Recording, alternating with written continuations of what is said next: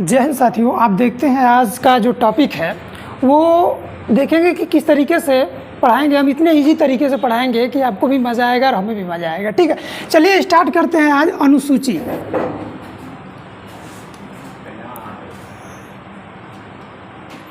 चलिए स्टार्ट करते हैं आज अनुसूचियों का।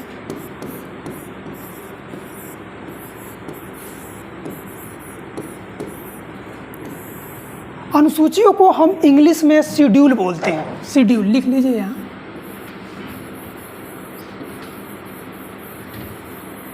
शेड्यूल्स बोलते हैं। सबसे पहले तो ये जानिए कि शेड्यूल होता क्या है। तो भारतीय संविधान, अनुसूची भारतीय संविधान का एक ऐसा हिस्सा है, ऐसा भाग है जिसमें सरकार के, जिनमें प्रशासन के कार्यों और उनके नियमों को नियंत्रित किया जाता है। और इन सभी का सरकार के नियमों और कार्यों को नियंत्रित करने के लिए एक सूची जारी करी जाती है, जिसको सूची के रूप में हम प्रस्तुत करते हैं, उसे अनुसूची कहते हैं। ठीक है, अनुसूचियाँ सबसे पहले चीज़ ये होगा, तो मूल संविधान में जो अनुसूचियों की संख्या थी, मूल संविधान में अनुसूचियों की संख्या कितनी थी? तो 8 थी। और परिस्थितियाँ बदली, समय बदला धीरे धीरे, और उसके अनुसार संविधान के अनुसूचियों में भी संशोधन करने की ज़रूरत थी। और ठीक उसी तरह इसमें संविधान में संशोधन किया गया। और वर्तमान में आप देखेंगे, वर्तमान में देखेंगे तो 8 तो ये थी और 4 किसी न किसी संविधान संशोधन के तहत इसमें ऐड हुई। तो इस तरह से देखते हैं तो वर्तमान में अनुसूचियों की संख्या कितनी हो जाती है? 12 हो जाती है। ठीक है, अब चलिए ये तो चीज़ें हैं। और इसी के साथ साथ अब आगे चलते हैं, पर अनुसूची नंबर 1 की बात करते हैं। पहला क्वेश्चन यही बनेगा यहाँ से कि मूल संविधान में अनुसूचियाँ कितनी थी? तो 8 थी। मूल संविधान का मतलब ये होता है कि जब संविधान बन के तैयार हुआ उस समय की ये बात करता है। तो उस समय अनुसूचियों की संख्या 8 थी और वर्तमान में अनुसूचियों की संख्या 12 हो गई है। ठीक है, चलिए अनुसूची नंबर 1 पे बात करते हैं।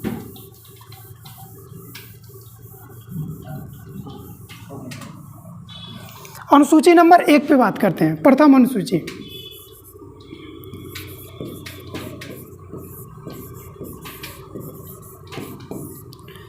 अनुसूची 1 में देखिए, इसमें क्या है कि भारत के राज्यों का, भारत के केंद्र शासित प्रदेशों का और उनके न्यायिक क्षेत्रों का, और इनके साथ साथ जो है किसी भी राज्य का आप नाम परिवर्तन करते हैं, ये सारी चीज़ें प्रथम अनुसूची में लिया जाता है। जैसे हम लिख लेते हैं यहाँ पे,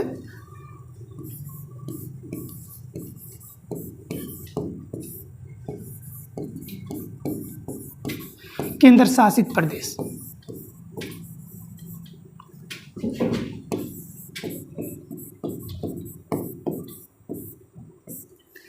इसको इंग्लिश में स्टेट बोलते हैं और केंद्र शासित प्रदेशों को जो है इसको हम बोलते हैं यूनियन टेरिटरी, केंद्र शासित प्रदेश बोलते हैं। इनके जो न्यायिक क्षेत्र हैं,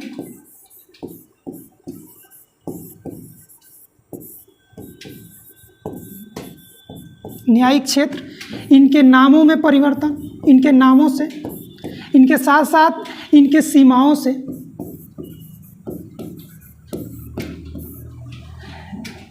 मतलब इसका देखिए, अभी तो आप वर्तमान में देखिए कि राज्यों की संख्या कितनी है? तो 28 है।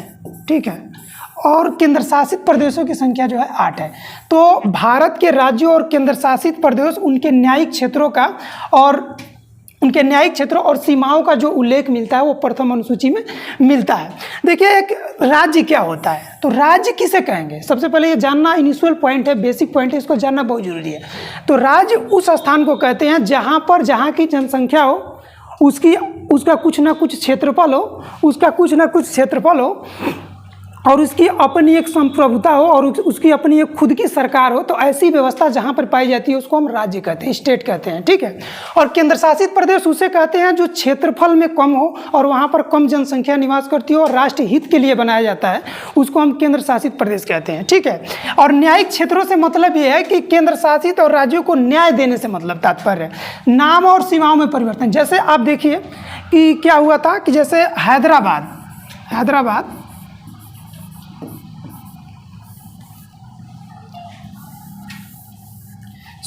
आंध्र प्रदेश,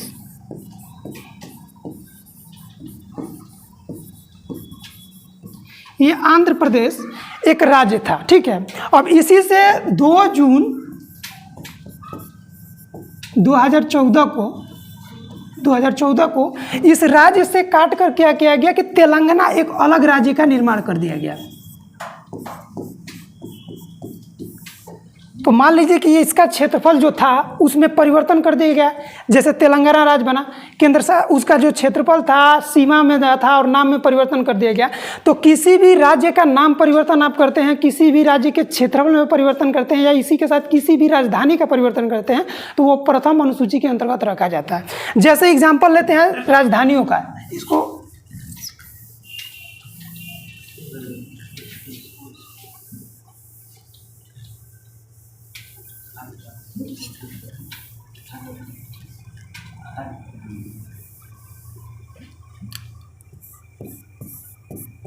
जैसे किसी भी राज्य का राजधानी परिवर्तन करते हैं तो वो भी प्रथम अनुसूची के अंतर्गत ही किया जाए।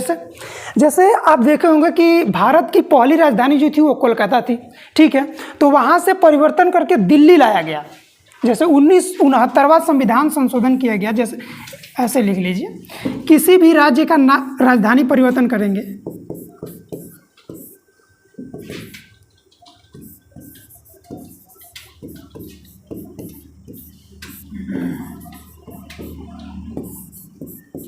परिवर्तन,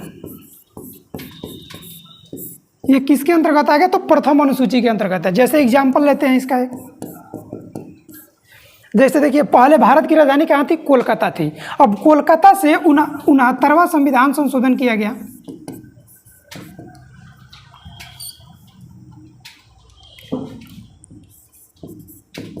संविधान संशोधन,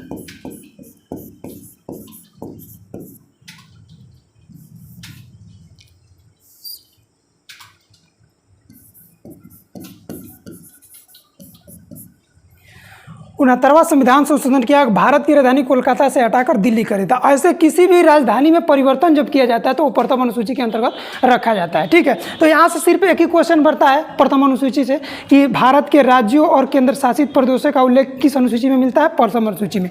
किसी भी राज्य का नाम परिवर्तन करते हैं, सीमा में परिवर्तन करते हैं, उनकी राजधानी में परिवर्तन करते हैं, तो वो किस अनुसूची के अंतर्गत किया जाता है? तो प्रथम अनुसूची के अंतर्गत। इतना क्वेश्चन यहाँ से बनता है। अब चलिए दूसरे अनुसूची पर चलते हैं, ठीक है।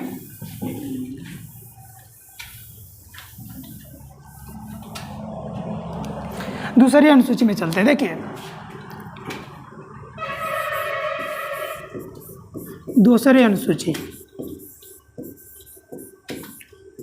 इसमें क्या है कि जो संवैधानिक पदाधिकारी हैं, जो संविधान पे आसीन लोग जो पद है, उसमें क्या होता है कि जो लोग आसीन है उनके वेतन भत्ते, पेंशन और भत्ते का जो उल्लेख मिलता है, पेंशन वेतन भत्ते का उल्लेख मिलता है इसमें।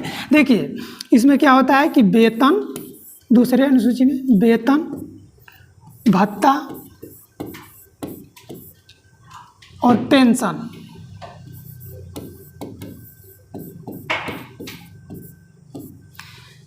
पेंशन का उल्लेख जो है दूसरी अनुसूची में मिलता है, ठीक है, दूसरी अनुसूची में मिलता है। अब देखिए इसमें क्या हुआ कि दूसरे कौन लोग किनको वेतन भत्ते और पेंशन की बात कर रहा है, तो ये संवैधानिक पदाधिकारी, वो संवैधानिक पदाधिकारी कौन कौन होते हैं? तो लिख लीजिएगा, राष्ट्रपति,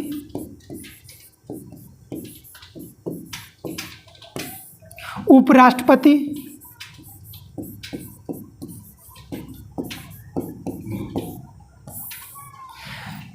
लोकसभा के अध्यक्ष,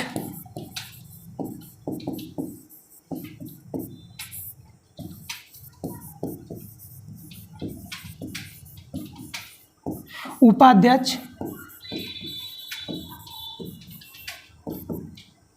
ठीक है। सुप्रीम कोर्ट जो है, सुप्रीम कोर्ट लिख देते हैं साथ में, सुप्रीम कोर्ट के जज जो होते हैं, हाई कोर्ट के जज जो होते हैं,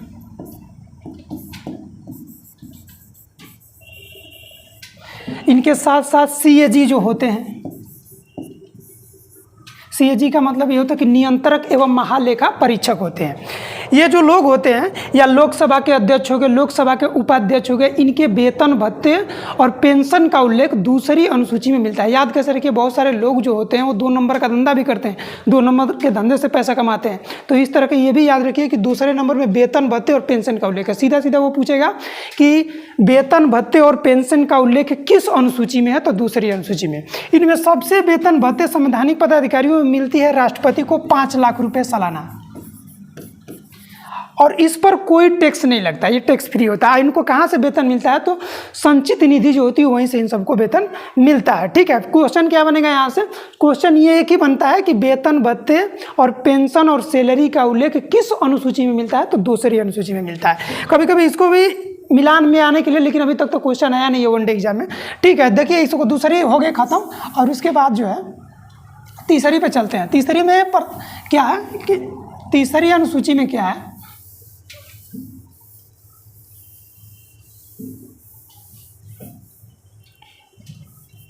तीसरी अनुसूची में चलते हैं। देखिए तीसरी अनुसूची,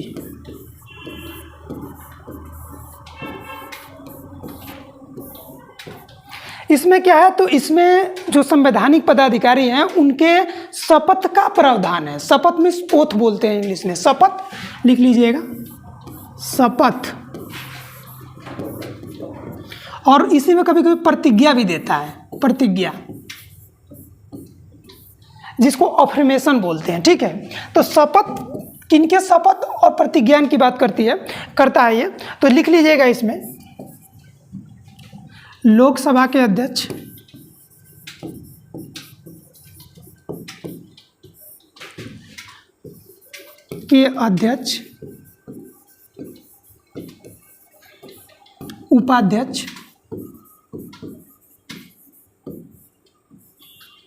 उपाध्यक्ष, इनके साथ उसी तरह चला जाइए कि सुप्रीम कोर्ट के जो जज होते हैं, सुप्रीम कोर्ट के जज, इनके साथ साथ हाई कोर्ट के जो जज होते हैं, उसी तरह विधान परिषद जो होता है, विधान परिषद,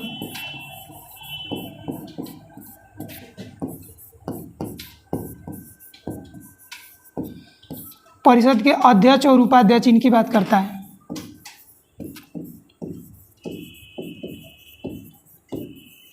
उपाध्यक्ष, ठीक है। ये जो हाँ राज्यसभा के अध्यक्ष, उपाध्यक्ष, ऐसे बहुत सारे लोग हैं जिनका उल्लेख इसमें मिलता है। लेकिन इसमें एक और चीज़ है कि ऐसे कौन से व्यक्ति हैं जिनका संवैधानिक पद पर तो हैं, लेकिन उनका जो उल्लेख मिलता है तीसरी अनुसूची में नहीं मिलता है। तो वो कौन से हैं? देखिए जगह की थोड़ी कमी है तो मिटा देते हैं इसको।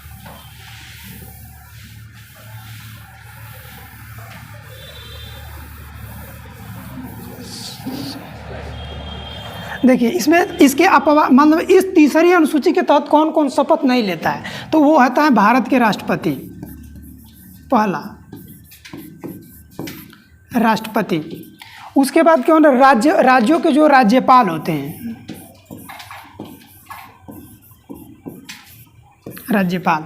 इनके साथ साथ जो राज्यसभा के सभापति होते हैं, मतलब उपराष्ट्रपति, उनका भी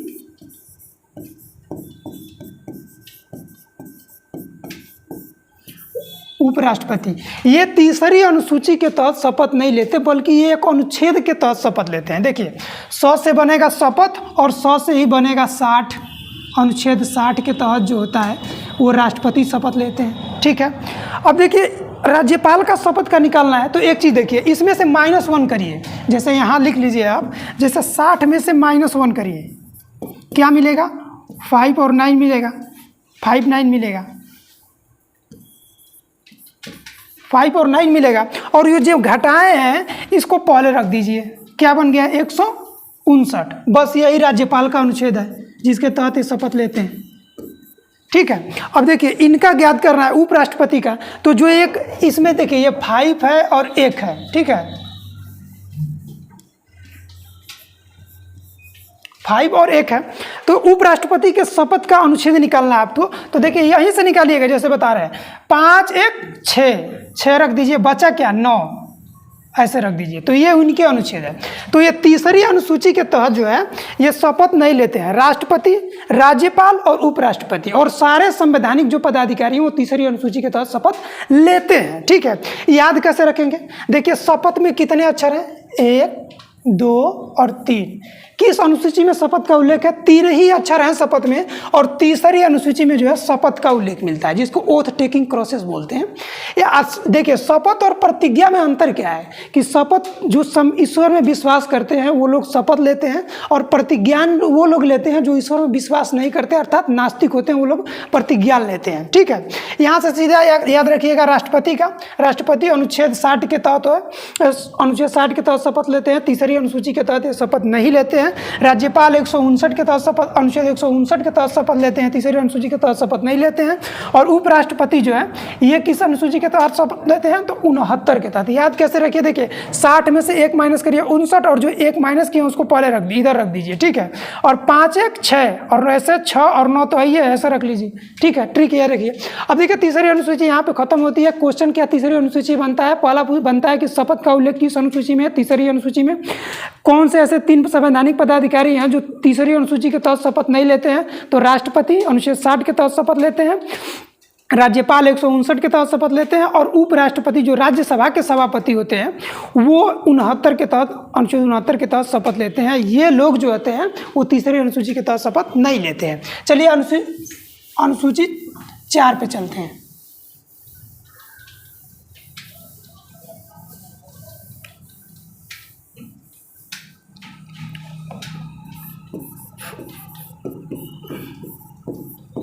अनुसूची इसमें क्या है कि जो राज्यसभा है उसके सीटों का बंटवारा कर दिया गया। राज्यसभा के सीटों का बंटवारा,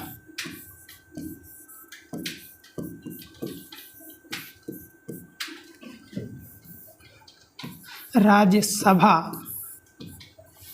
के सीटों का बंटवारा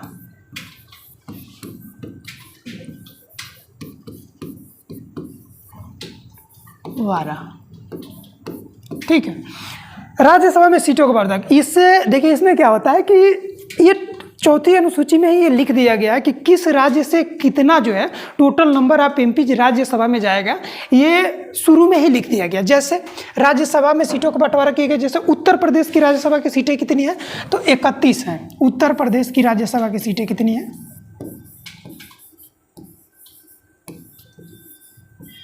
कितनी है इसकी सीटें? तो 31 है। कैसे याद रखिए, देखिए 31 सीटें हैं। याद रखने का तरीका देखिए, उत्तर प्रदेश में इतना स्थान को आप काट दीजिए। देखिए यहाँ पे 3 है और यहाँ पे 1 है, बस 31 हो गया, काम खत्म।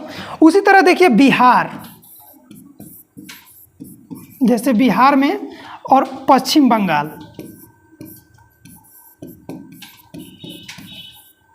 ये इनमें यहाँ पे जो राज्यसभा की सीटें हैं 16-16, ऐसे ही हर राज्यों की सीटें निर्धारित की गई हैं। ठीक है, देखिए कैसे याद रखिए, बीपी होता है, बीपी जब लोग पीड़ित होते हैं तो उनकी बीपी बढ़ जाती है। ठीक है, तो बी से होगा बिहार और पी से होगा पश्चिम बंगाल। कोडिंग डिकोडिंग रीजनिंग में आप पढ़ते होंगे तो पी 16 नंबर पे आता ही है। जो लोग रीजनिंग पढ़ते हैं उन लोगों को पता होगा कि पी 16 नंबर पे है, तो 16 ऐसे रख दिए। तो राज्यसभा में सीटें कितनी हो गई? 16। ठीक है, ऐसे याद रखिए। तो ये चौथा अनुसूची था जिसमें राज्यसभा में सीटों का बंटवारा किया गया। इसका क्वेश्चन काफ़ी हद तक तो नहीं बनता है, कभी कभी रेयर केस में बन जाता है। जो इंपॉर्टेंट क्वेश्चन बनता है वो 7, 8, 9, 10, 11, 12 अनुसूची से बनता है। उसका बेजोड़ ट्रिक बताएंगे, आपको परेशान होने की जरूरत नहीं है। देखिए आइए चलिए 5वीं पर चलते हैं।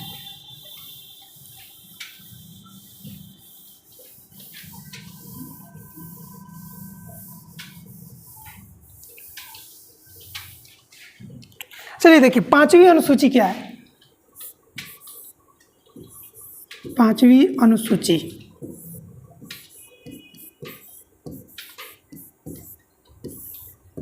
इसमें क्या है कि इसमें अनुसूचित जनजाति,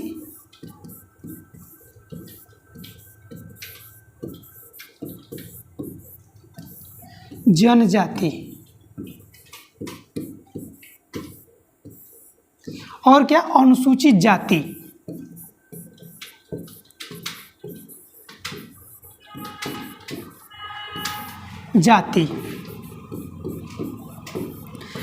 इसको एसटी बोलते हैं। ठीक है, शेड्यूल्ड ट्राइब्स, और इसको एससी बोलते हैं, शेड्यूल्ड कास्ट। देखिए अनुसूचित जो जनजाति है वो पुराने टाइम में क्या होता है कि बहुत ही इन लोगों का विकास बहुत कम हुआ था। मतलब ये लोग जंगलों में रहा करते थे, इसलिए इनका विकास ज़्यादा नहीं हो पाया था। ये अनुसूचित जनजाति थे, उन लोगों को मतलब इनका विकास कम हुआ था। और अनुसूचित जनजाति वो होती है जो गाँव में रहती है, जो थोड़े इनके अपेक्षा ये थोड़े लोग विकसित होते हैं, ठीक है। लेकिन देखा जाए तो इनका उल्लेख जो है पाँचवीं अनुसूची में मिलता है। क्यों मिलता है? क्योंकि ये लोगों को पुराने टाइम में बहुत ज़्यादा जो है दबाया गया था, इनको वो अवसर नहीं दिया गया था ताकि अपने आप को ये प्रूव कर सके। ये लोग कहीं और व्यस्त रहते थे, तो इस वजह से तो इनको आरक्षण की या इनके प्रशासन की बात की गई। जैसे आरक्षण की बात की गई इनके लिए अनुसूचित जनजातियों के लोगों के जो लोग थे उनके प्रशासन का, जैसे प्रशासन उनको छूट भी देती थी कुछ तरीके से। तो इसमें लिखा, याद कैसे रखिए, देखिए जैसे कुछ लोग ऐसे लिख देते हैं ST और SC, ठीक है। तो देखिए 5 कुछ लोग ऐसे ही लिख देते हैं, यस की तरह बना देते हैं। तो यस से याद रखिए ST और SC का उल्लेख जो 5वीं अनुसूची में। 6वीं अनुसूची इससे ही जुड़ी हुई है, लेकिन थोड़े से अंतर के साथ बात वो करेगी। जैसे 6वीं अनुसूची में चलते हैं अभी। देखिए अब 6वीं अनुसूची से थोड़ी इंपॉर्टेंट हो जाती है चीज़ें, तो वहाँ से बनता है क्वेश्चन। 6वीं अनुसूची देखिए, 6th शेड्यूल। 6वीं अनुसूची देखिए, इसमें क्या है कि ST की बात करती है। ST शेड्यूल्ड ट्राइब, जिसको अनुसूचित जनजाति कहते हैं। लिख लीजिए यहाँ पे, अनुसूचित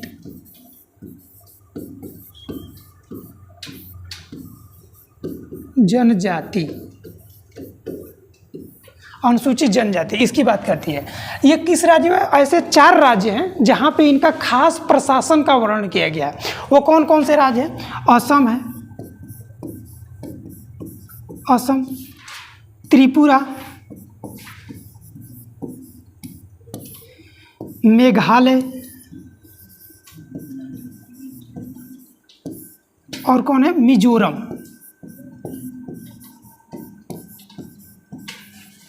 ये 4 राज्य हैं जहां पर इसका खास प्रावधान किया गया।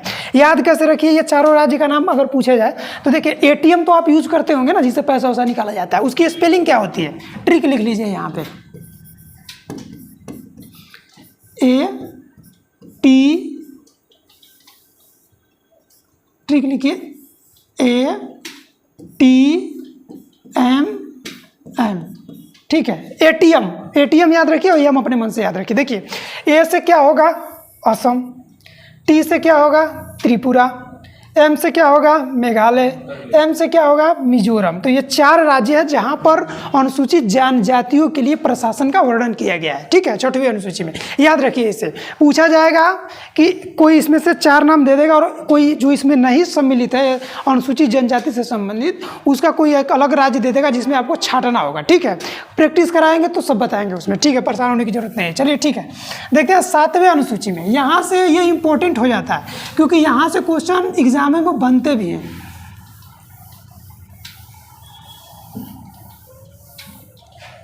देखिए 7वीं अनुसूची,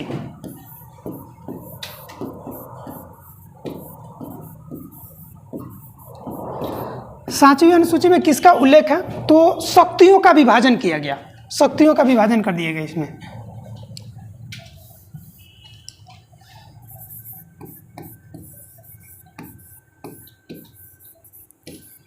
शक्तियों का विभाजन,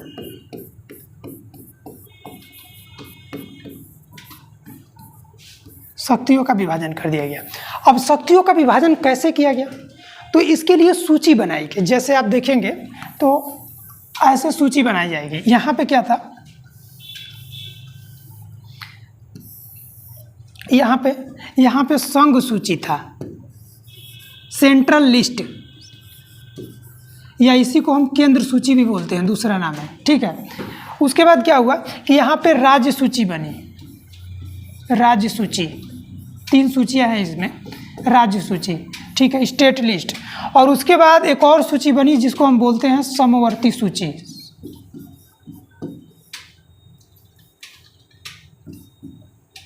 समवर्ती सूची, कॉन्करेंट लिस्ट। अब ये सूचियाँ बन गई, ठीक है। तो इस तरह से शक्तियों का विभाजन किया गया, ठीक है। जो संघ सूची थी, इस पर जो काम करने का अधिकार होता है वो केंद्र सरकार को होता है, संघ को होता है, ठीक है। उस पर वो नियम बनाएगी, कानून बनाएगी, कुछ उसका ऐसे विषय हैं। मूल संविधान जब बन के तैयार हुआ तो मूल संविधान में संघ सूची के पास 97 विषय थे, लेकिन वर्तमान में संघ सूची के पास कितने विषय हैं?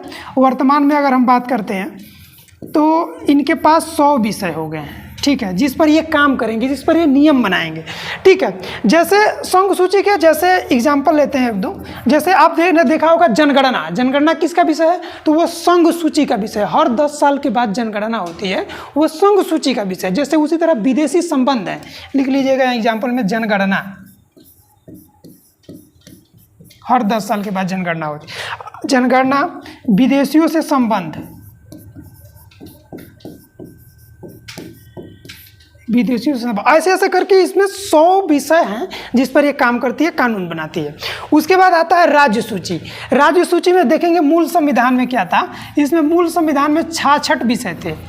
इसमें मूल संविधान जो था उसमें मूल संविधान में 66 विषय थे, लेकिन वर्तमान में इसमें कितने विषय हैं तो देखेंगे तो इसमें विषय होंगे 61 विषय होंगे, ठीक है। इस पर राज्य सूची पर जो कार्य किया जाता है वो राज्य सूची का विषय होता है। उस पर राज्य विधानमंडल और जो होती है इस पर कानून बनाती है और इस पर देख रेख करती है, ठीक है। राज्य सूची का एग्जाम्पल ले लीजिए, जैसे आ गया कृषि किसका विषय है? तो राज्य सूची का विषय है, ठीक है। जैसे चिकित्सा हो गया, वो राज्य सूची का विषय। तो ऐसे ऐसे करके इसमें 61 टॉपिक है जिस पर वो काम करती है। अब देखिए समवर्ती सूची, समूह का मतलब होता है बराबर, वर्ती मतलब वर्ती मतलब दोनों वार्तालाप उस पर करेंगे। मतलब समवर्ती सूची जो होती है, इसमें मूल संविधान में जो था वो 47 विषय थे, लेकिन वर्तमान में आप देखेंगे तो इसमें 52 विषय हो गए हैं, ठीक है। अब देखिए इसमें से 5 घट गए, इसमें 5 बढ़ गए, ये कैसे हो गया? तो देखिए इसमें 42वां संविधान संशोधन किया गया 1976 में, और 5 विषय जो है यहाँ से निकाल कर और समवर्ती सूची में डाल दिया गया। वो विषय कौन कौन से थे? देखिए वन था पहला विषय वन, फिर वन जीव था, वन्य जीव। उसके बाद था नाप तौल की इकाई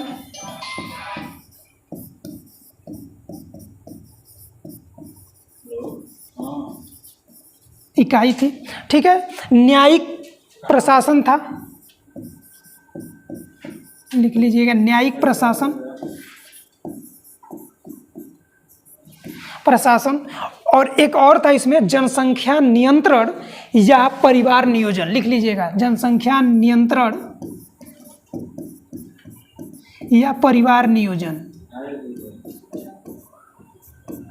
ये 5 विषय थे जिसको 42वें संविधान संशोधन के तहत समवर्ती सूची। अच्छा ये बताइए समवर्ती सूची लिया कहाँ से गया है? तो ऑस्ट्रेलिया के संविधान से, याद रखिएगा। समवर्ती सूची ऑस्ट्रेलिया के संविधान से लिया गया है, ठीक है। अब मान लीजिए कि संघ सूची बन गई, राज्य सूची बन गई, समवर्ती सूची बन गई, तो क्या राज्य सूची के विषय केंद्र सरकार को दिए जा सकते हैं? तो इसका आंसर है कि देखिए अगर राष्ट्र हित के संबंध में होगा तो जो भी राज्य सूची के विषय हैं आवश्यकता पड़ने पर केंद्र सरकार को सौंपे जा सकते हैं। जैसे अभी कोरोना आया, उसका एग्जाम्पल लीजिए। कोरोना जो है वो राज्यों में फैला, पूरे देश में फैला, तो उस पर क्या होगा कि केंद्र सरकार डिसीजन ले सकती है, वो कानून बना सकती है, जैसे लॉकडाउन हुआ वगैरह वगैरह। तो उसी तरीके से तो वो उसका उस तरह का अगर देश हित के संबंध में तो उस पर ये केंद्र सरकार कानून बना सकती है, ठीक है। अब मान लीजिए कि राज्य सूची में कुछ विषय है, संघ सूची में और समवर्ती सूची में। जब हमारा संविधान लागू हुआ तो उस टाइम ना नेटवर्क, जैसे वाईफाई नहीं था, नेटवर्क नहीं था, व्हाट्सएप नहीं था, तो अगर ये भविष्य में आएंगे ऐसे विषय तो इनको भी तो, ये भी तो एक विषय है, इनको कहाँ रखा जाएगा? तो इनको ये बता दिया गया कि इसके लिए अवशिष्ट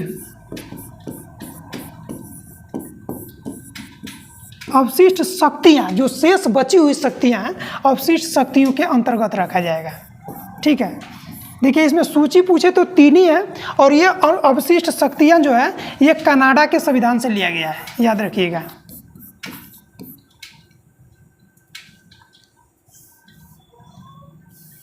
कनाडा, इसको कहाँ से लिया गया है? कनाडा के संविधान से। इसमें आता है जैसे वाईफाई हो गया, जैसे जो संविधान लागू हुआ था उस समय जो विषय नहीं थे और भविष्य में जो विषय आएंगे वो किसके अंतर्गत रखे जाएंगे, तो अपशिष्ट शक्तियों के अंतर्गत। जैसे वाईफाई हो गया, इंटरनेट हो गया, व्हाट्सअप हो गया, फेसबुक हो गया, तो ये विषय हैं जो अपशिष्ट शक्तियों के अंतर्गत रखे जाएंगे। तो जब ये विषय रखे जाएंगे तो इस पर कानून कौन बनाएगा, सबसे पहली बात तो इस पर कानून बनाने का जो अधिकार है वो संसद को प्राप्त है, संसद को।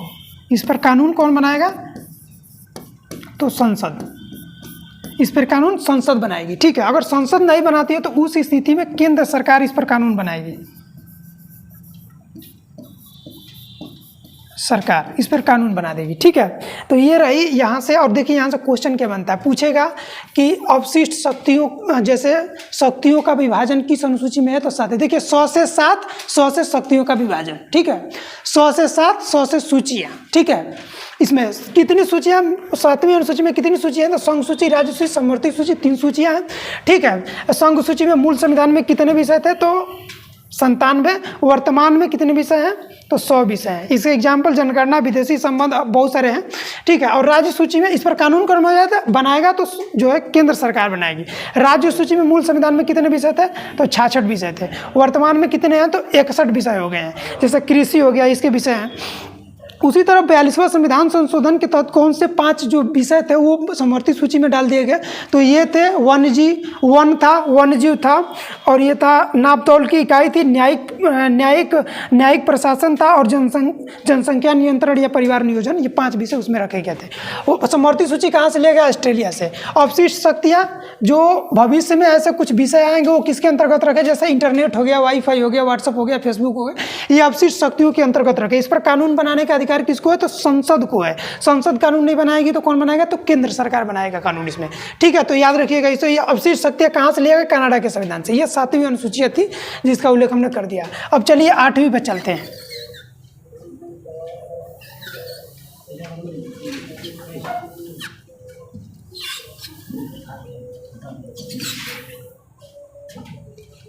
देखिए 8वीं अनुसूची पे चलते हैं।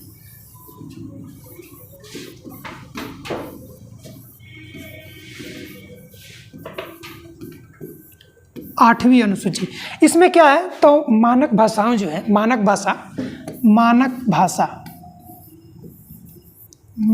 भाषाओं का उल्लेख मिलता है इसमें। इसमें क्या होता है कि मानक भाषाओं का, स्टैंडर्ड लैंग्वेज जो होते हैं उनका उल्लेख मिलता है इसमें, मानक भाषाओं का। अब देखिए इसमें जब एक व्यक्ति आए, भारत, सबसे पहले तो यही क्वेश्चन बनता है यहाँ से कि भारत में राज्यों का गठन जो है किसके आधार पर किया गया, तो वो भारत में राज्यों का गठन जो है वो भाषाई आधार पर किया गया था, ठीक है। अब जब ये भाषाई आधार पर हो गया गठन, तो सबसे पहला भाषा के आधार पर बनने वाला जो राज्य था वो आंध्र प्रदेश था 1953 में, ठीक है मेरे दोस्त। और उसके बाद देखिए इसमें क्या हुआ कि एक व्यक्ति थे जिनका नाम था फजल अली कमेटी, उनकी रिपोर्ट आती है, वो न्यायाधीश थे, उनकी रिपोर्ट आती है 1955 में, और 1955 में फजल अली कमेटी आती है, 1956 में इसका रिपोर्ट आता है। और उसके आधार पर भारत में मूल में जो थे वो 14 स्टेट, राज्य और 6 केंद्र शासित प्रदेश बना दिए जाते हैं फजल अली कमेटी के सिफारिश पर। केंद्र शासित प्रदेश को यूटी बोलते हैं, ठीक है। ये बना दिए गए थे, इसके आधार पर 14 राज्य और 6 केंद्र शासित प्रदेश बना दिए गए। कट गया सर, 14 राज्य और 6 केंद्र शासित प्रदेश बना दिए गए। और देखिए इसमें 14 जब ये बना दिए गए थे भाषा के आधार पर ये बनाए गए थे। और उसके बाद इसमें देखेंगे तो 21वां संविधान संशोधन किया गया, 21वां संविधान संशोधन।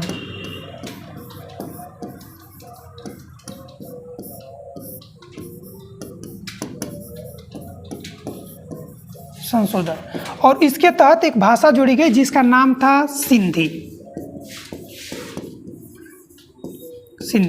इसके तहत 21वें संविधान संशोधन कब किया गया था, तो 1967 में किया गया था, ठीक है।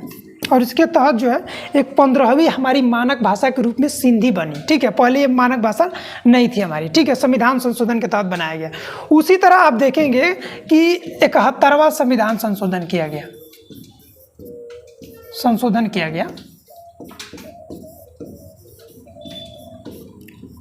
जो है संशोधन किया गया, और ये जो है 1992 में किया गया था, और इसके तहत 3 भाषाएं जोड़ी गई। कौन कौन सी वो 3 भाषाएं थी?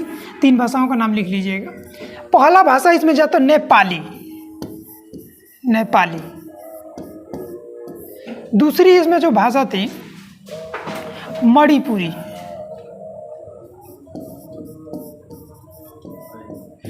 और इसके बाद तीसरी जो भाषा थी वो कोंकणी थी।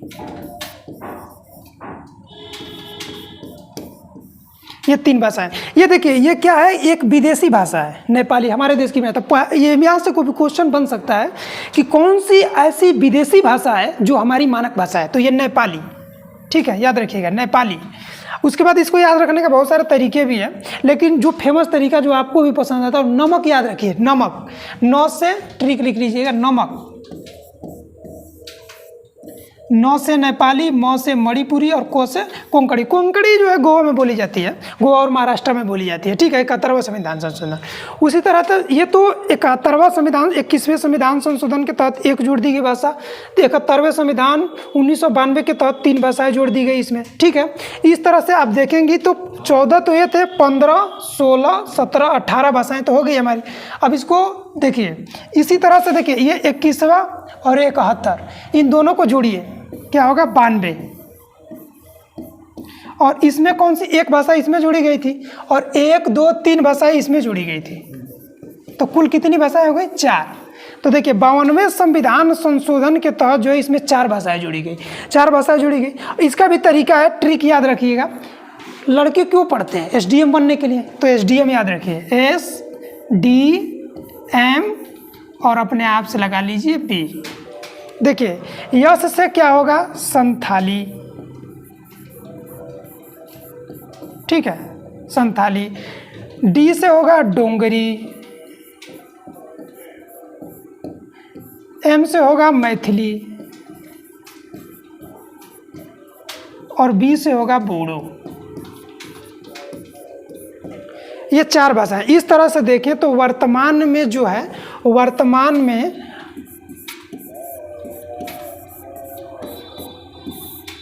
मानक भाषाओं की संख्या जो है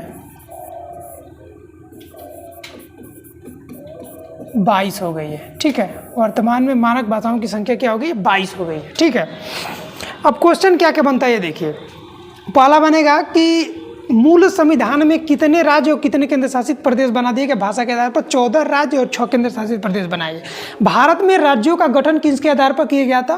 तो मानक भाषाओं के आधार पर किया गया था। 21वां संविधान संशोधन के तहत कौन सी भाषा जोड़ी गई? तो सिंधी जोड़ी गई थी। ठीक है, कब जोड़ी गई? 1967 में संविधान संशोधन के तहत सिंधी भाषा जोड़ी गई, हमारी मानक भाषा। उसके बाद 71वां संविधान संशोधन किया गया, उसके तहत 3 भाषाएं जोड़ी गई। जैसे नमक याद रखिए, 9 से नेपाली, म से मणिपुरी, और को से कोंकणी। ये 3 भाषाएं। कौन सी ऐसी विदेशी भाषा है जो हमारी मानक भाषा है? तो ये नेपाली। ठीक है, याद रखिएगा। उसी तरह 52वां संविधान संशोधन किया गया तीसरी अनुसूची में, और 4 भाषाएं जोड़ी गई। कौन कौन सी? SDM याद रखिए, SDMB।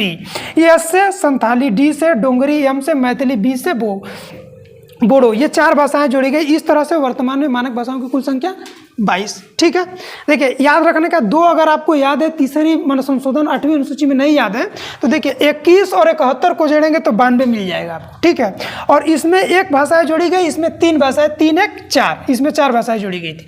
ठीक है, तो ये रहा इसका पूरा, और वर्तमान में मानक भाषाओं की संख्या कितनी हो गई? 22 हो गई है। ठीक है, अब चलिए आगे चलते हैं, 9वीं अनुसूची।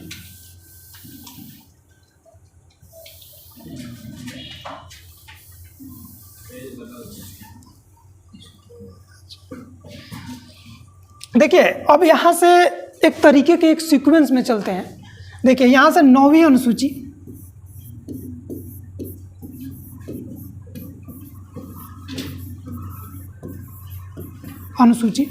और यहाँ लिख लीजिए आप 10वीं अनुसूची।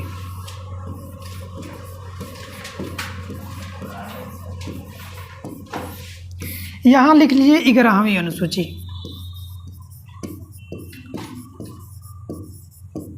और यहाँ आप लिख लीजिए 12वीं अनुसूची।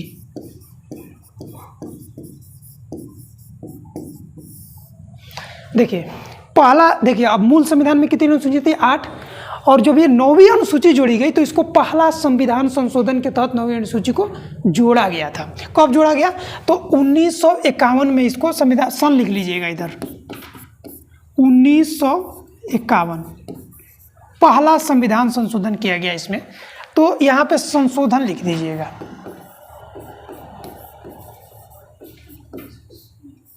संशोधन। देखिए याद रखने का तरीका जैसे बता रहे हैं वैसे रखिएगा। देखिए पहला संविधान संशोधन तो 1 लिख दीजिए, 1 के बाद क्या आता है तो 10 के सामने 1 के बाद 2 लिख लीजिए, ठीक है। और 2 के बाद क्या आता है तो 3, तो 11 के सामने 3 लिख लीजिए। फिर 12, 12 के बाद 3 के बाद क्या आता है 4, तो 4 लिख लीजिए, ठीक है। अब देखिए 3 और 2 और 3 को जोड़ेंगे तो 3 और 2 को जोड़ेंगे तो 5 मिलेगा, यहाँ रख लीजिए। उसी तरह इसे 4 और 3 को जोड़ेंगे तो 7 मिलेगा, यहाँ रख लीजिए। उसी तरह फिर 4 और 3 को जोड़ेंगे तो 7 मिलेगा, यहाँ रख लीजिए, ठीक है। तो देखिए पहले संविधान संशोधन के तहत 9वीं अनुसूची जोड़ी गई, 52वें संविधान संशोधन के अंतर्गत जो है 10वीं अनुसूची जोड़ी गई, 73वें संविधान संशोधन के तहत 11वीं अनुसूची जोड़ी गई और 74वें संविधान संशोधन के अंतर्गत 12वीं अनुसूची जोड़ी गई थी, ठीक है। अब याद रखिए, देखिए इसमें क्या है तो इसमें भूमि सुधार का उल्लेख मिलता है।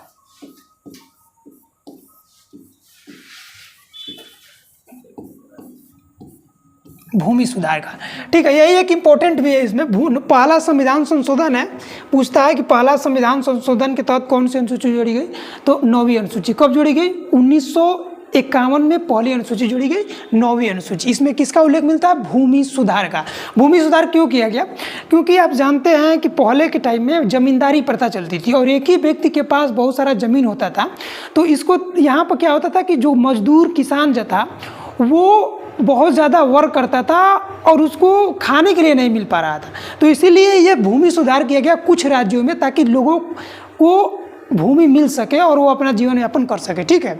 इसमें भूमि सुधार, इसमें जितने भी न्यायिक पुनर्वलोकन था, जितने भी सरकार के अधिनियम थे इसमें डाल दिए जाते थे। और इसमें होता क्या था कि जितने भी अधिनियम थे उसका न्यायिक पुनर्वलोकन नहीं किया जा सकता है। लेकिन 2007 में सुप्रीम कोर्ट ने कहा कि इसमें जितने भी अधिनियम है उसका संविधान जैसे न्यायिक पुनर्वलोकन किया जाएगा, ठीक है। इसमें बताया गया था भूमि सुधार में। अब देखिए 52 में इसमें दल बदल का उल्लेख मिलता है, ठीक है। दल बदल का उल्लेख मिलता है। देखिए अब आपसे कह दे कि 52वें संविधान संशोधन के तहत कौन सी अनुसूची जोड़ी गई, कुछ नहीं करना है। जो संविधान संशोधन है इन्हीं का आपको अंकों का गुणा कर लेना है। क्या मिलेगा? 10। और इसके तहत जो है 10वीं अनुसूची जोड़ी गई थी। सीधा अंकों का गुणा करेंगे। 52 में क्या है? 5 और 2 अंकों का गुणा कर लेंगे। जहाँ भी 52वां संविधान संशोधन कहेगा वहाँ पर आप अंकों का गुणा कर लेंगे, जो अंक मिलेगा वही अनुसूची जोड़ी गई थी। 10 से बनेगा 10 और 10 से ही बनेगा दल बदल कानून, ठीक है। दल बदल क्या होता है कि जब एक पार्टी को छोड़कर नेता दूसरी पार्टी में जाता है तो उसको दल बदलना कहते हैं, ठीक है। एंटी डिफेंस लॉ, इसमें क्या होता है कि अगर इसमें एक और भी संविधान संशोधन किया गया। अगर मान लीजिए कोई व्यक्ति है जो किसी दूसरे पार्टी में और जीतकर अपना दल बदलना चाहता है या जीतकर किसी दूसरे पार्टी में जाता है तो उसकी जो जीती हुई मान्यता है क्या हो जाती है? वो रद्द हो जाती है, ठीक है।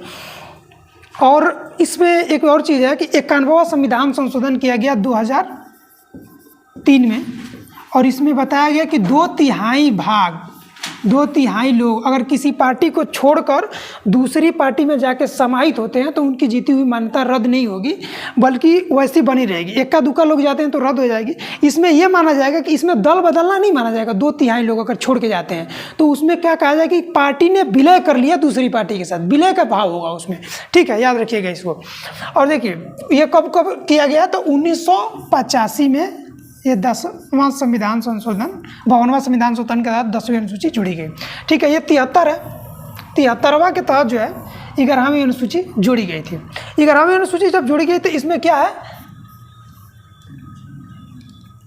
इसमें किसका ये जो है इसमें उल्लेख किसका मिलता है? तो इसमें 11वीं अनुसूची जो है इसमें पंचायती राज,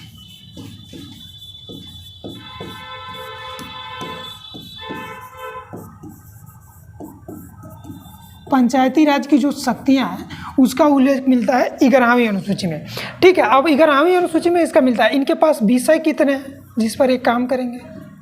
तो इनके पास विषय है 29, जिस पर ये काम करेंगे। अगर पूछ ले कि पंचायती राज जो है उसका उल्लेख किस भाग में मिलता है, तो भाग 9। देखिए 29 में लास्ट का अंक 9 है और भाग इसी तरह लिख लीजिएगा कि 9 भी है, भाग 9 में इसका उल्लेख है।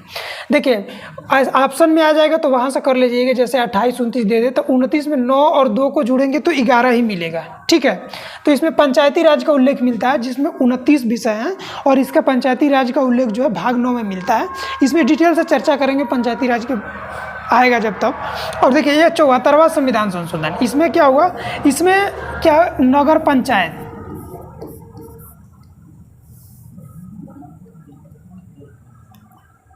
इसमें किसका उल्लेख मिलता है, तो ये नगर निगम का,